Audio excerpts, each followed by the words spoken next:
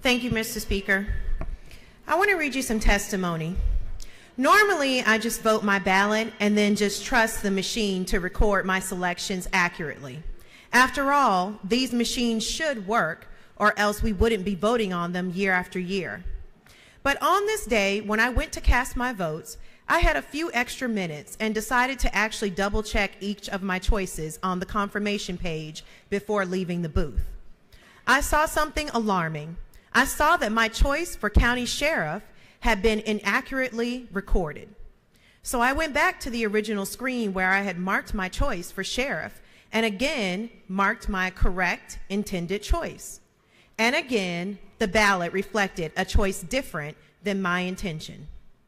Now very frustrated, for the third time, I marked my choice for sheriff, and again, the ballot reflected a choice different than my intention.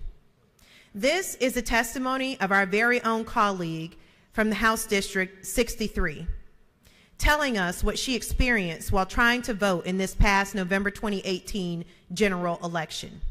She is not alone, and with every election, we hear of Georgians from both political parties experiencing vote flipping.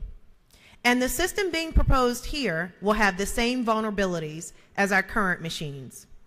To some, it may seem archaic to ask for hand-marked paper ballots, but to voters who have experienced vote flipping or don't trust that electronic votes aren't being tampered with, hand-marked paper ballots are the only way to recapture the public's trust that their vote will be accurately reflected.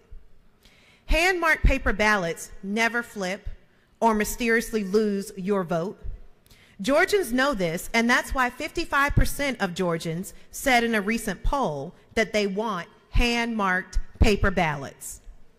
Now, the author of this bill said in committee that voters had full confidence in the system until the former minority leader Stacey Abrams' gubernatorial campaign gave voters a reason to doubt. It is almost as if he was implying that she had worked some type of magic in the minds of voters. Well, the only magic being deployed here is the magic of actually listening to the concerns of voters across this state and security experts who have said ballot marking devices are not secure election technology. The author of this bill has stated many things that are just not true. And in fact, when the facts easily dispute what he is saying, those facts can easily be found. The author states currently about 24 states use this modern touchscreen marked paper ballot system primarily due to the fairly obvious advantages to voter accuracy and ballot accessibility. The fact is, only a handful of counties in those 24 states use these BMDs as a primary voting method. The vast majority of BMDs used in these 24 states are used specifically for assistive devices for disabled voters.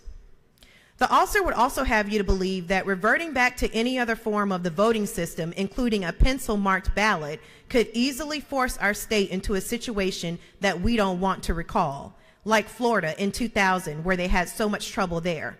With a pencil-marked ballot, election officials, attorneys, and partisan vote reviewers had to interpret stray and accidental pencil marks on an improperly complete and completed ballots, meaning that the voter may have their vote counted incorrectly or completely invalidated. Florida's problems were with butterfly punch ballots, not pencil hand-marked paper ballots. No state is using pencils in elections anywhere. And I actually lived in Florida at the time that this election occurred, and I voted in that very election in 2000. In fact, it was my first election that I was old enough to vote in, so I really remember vividly what happened in my home state. The extremely poor layout of the ballot is what led to some voters creating hanging chads, which are basically half punch holes that raise discrepancies about the voter's true intention. Some voters were unsure if they were punching the right hole for the candidate of their choice, and so they partially punched other holes before realizing that the hole didn't actually align with the candidate they were trying to vote for. And that's what actually happened in Florida. Poor layout of any ballot used in any voting system, electronic or paper, will wreak havoc on any election. And here's a picture of the misleading ballot on the screen. The author states, touchscreen ballot markers will print a paper ballot with an exact copy of the voter's digital selections. After reviewing the paper ballot for accuracy, the voter will submit their paper ballot to be scanned and counted. Here's the facts. Years of repeated research have proven that the majority of voters do not review the ballot for accuracy or detect irregularities reflected on the printed vote record, whether it was user error or machine programming. This means that the election results cannot be audited. Now let's have a conversation about values. Security experts agree that hand-marked paper ballots are still the gold standard for election security and the ability to audit, even in a world that uses technology for everything. Republicans have marketed themselves for decades as a party of fiscal responsibility and security. I'm not conceding that they were ever the only party that cared about fiscal responsibility and security, but that's how they've marketed themselves to voters. Well, this bill doesn't even have a fiscal note. Yep. Republicans are asking us to approve this bill and thereby approve a blank check for a system that most will say will cost more than paper ballots. This reminds me of 2 years ago when Republicans in this House passed a statewide tax break, and we didn't even receive the fiscal note until several weeks after the bill had already passed on the floor.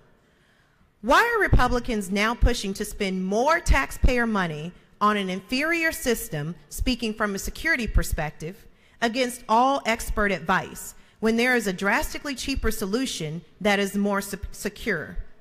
Republicans, what would you like to tell voters is the answer to this question? You want to tell them that your party's values have changed? Or to be more succinct, new party, who dis?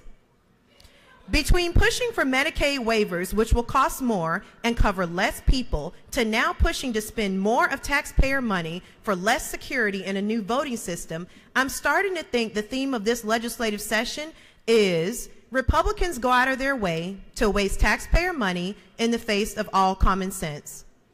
Moving forward with ballot marking devices instead of hand-marked paper ballots will be an expensive mistake that the majority of Georgians will not soon forget, and is sure to have electoral consequences. And so the question begs an answer. Who is this purchase really for? Vendors or for Georgia's voters? Normally, I would take questions, but because we are limited on debate, I won't take questions today, and I yield the next 6 minutes of the Minority Report to Representative Mary Margaret Oliver.